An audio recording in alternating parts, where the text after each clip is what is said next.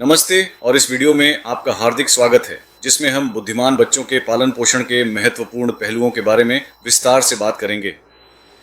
और सबसे महत्वपूर्ण बात यही है कि हम सभी को इस महत्वपूर्ण प्रयास में अपना सक्रिय और सार्थक योगदान देना चाहिए, क्योंकि आज के बच्चों की अद्वितीय क्षमताएं, उनकी असीमित कल्पना शक्ति और उनकी रचनात्मकता ही वास्तव में हमारे आने वाले भविष्य को दीर्घकाल में और बहुत ही सुदूर दीर्घकाल में एक निश्चित और सकारात्मक आकार प्रदान करेगी। इसलिए हमें दोनों चीज़ों को ध्यान से देखना चाहिए, सकारात्मक पहलुओं को जिससे हम क्या सीख सकते हैं और नकारात्मक पहलुओं को जिसे हम कैसे सुधार सकते हैं और बेहतर बना सकते हैं। तो इसी उद्देश्य को ध्यान में रखते हुए हमने इस श्रृंखला में सैकड़ों वीडियो बनाए हैं, जो आपके लिए बहुत ही लाभदायक सिद्ध होंगे। और मुझे पूरी उम्मीद है कि समय के साथ ये महत्वपूर्ण वीडियो और भी अधिक लोगों तक सफलतापूर्वक पहुंच रहे हैं, जिससे उन्हें लाभ मिल सके। और इस विशेष वीडियो का मुख्य विषय है गहराई से जुड़ना बनाम केवल सतही तौर पर देखना। किससे वास्तव में जुड़ना है और क्या ध्यान से देखना है, यह एक महत्वपूर्ण प्रश्न है। यही सवाल है। तो मैं बस 2 या 3 उदाहरण लूंगा और आपको समझाऊंगा। एक है, बहुत से बच्चे खेलों और गेम्स में हिस्सा लेते हैं और लेना भी चाहिए। ये उनके स्वास्थ्य के लिए अच्छे हैं, उनके दिमाग के लिए अच्छे हैं, उनकी शारीरिक क्षमता के लिए अच्छे हैं, टीम वर्क, रणनीति, एकाग्रता, इन सब के लिए अच्छे हैं। तो खेलों और गेम्स से जुड़ने का एक तरीका है उसमें हिस्सा लेना, यानी आप वास्तव में खेल रहे हैं।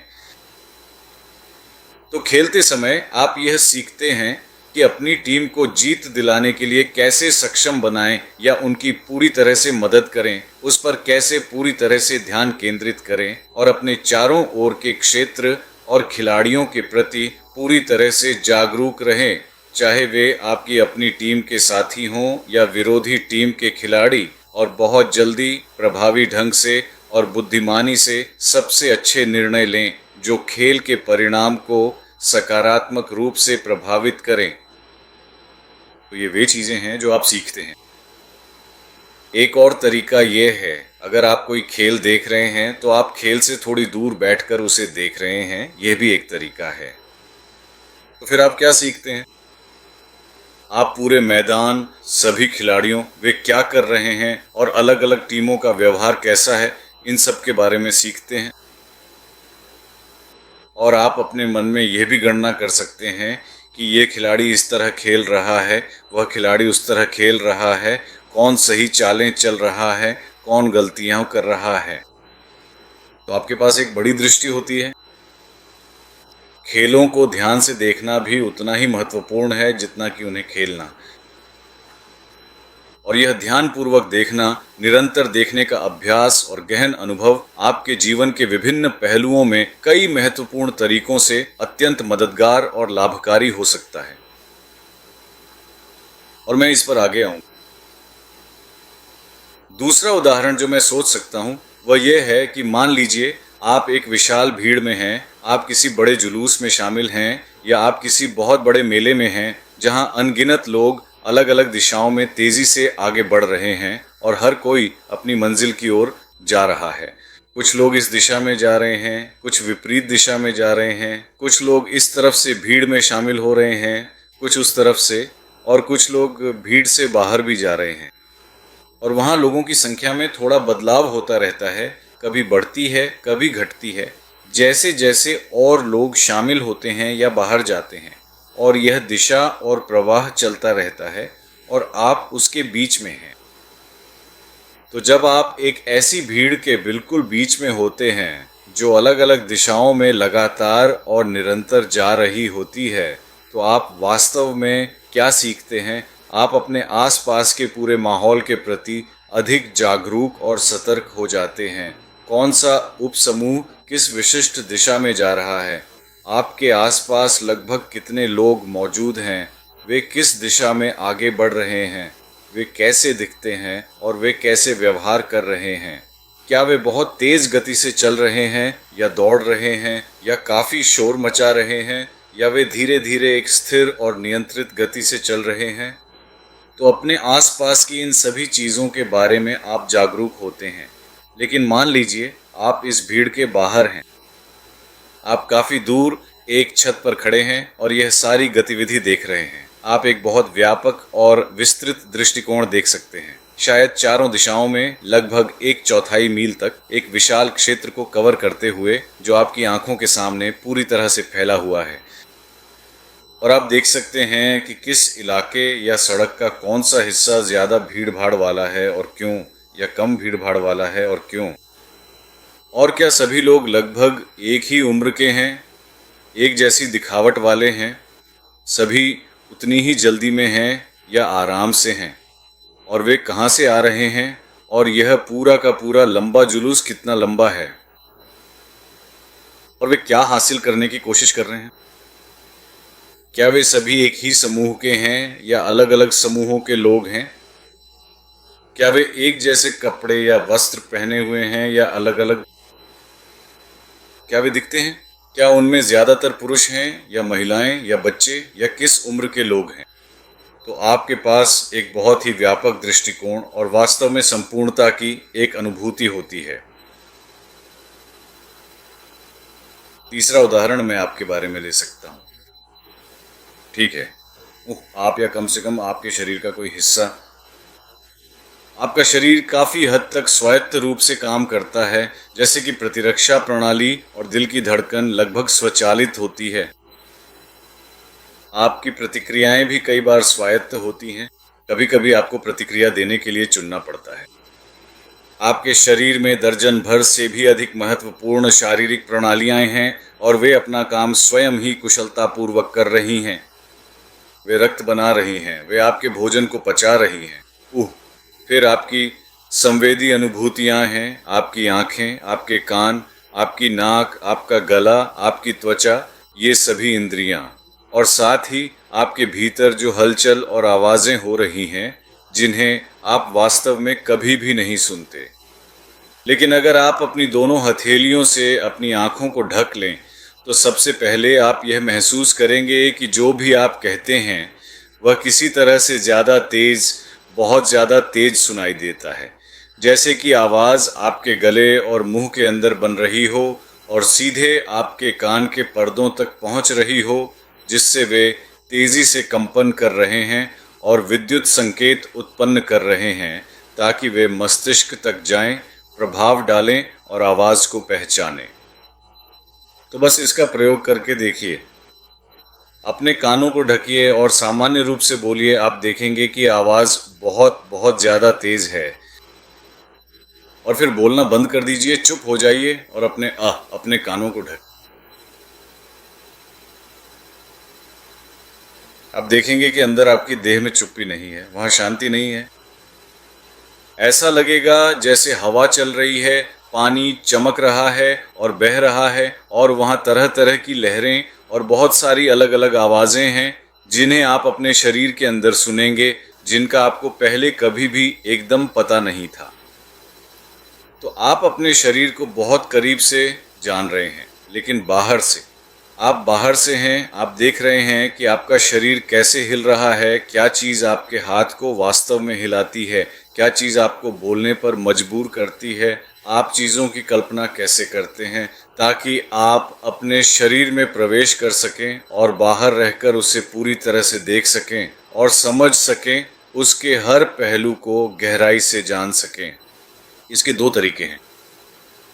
आप कल्पना कर सकते हैं कि अब आप अपनी रक्त वाहिकाओं में प्रवेश कर रहे हैं, अब आप अपने दिल के करीब पहुंच रहे हैं, और अगर आपने तस्वीरें देखी हैं तो आप वास्तव में वही छवि देख सकते हैं। छवियां आपके शरीर के अंदर जीवित हैं, जो अंदर से देख रही हैं।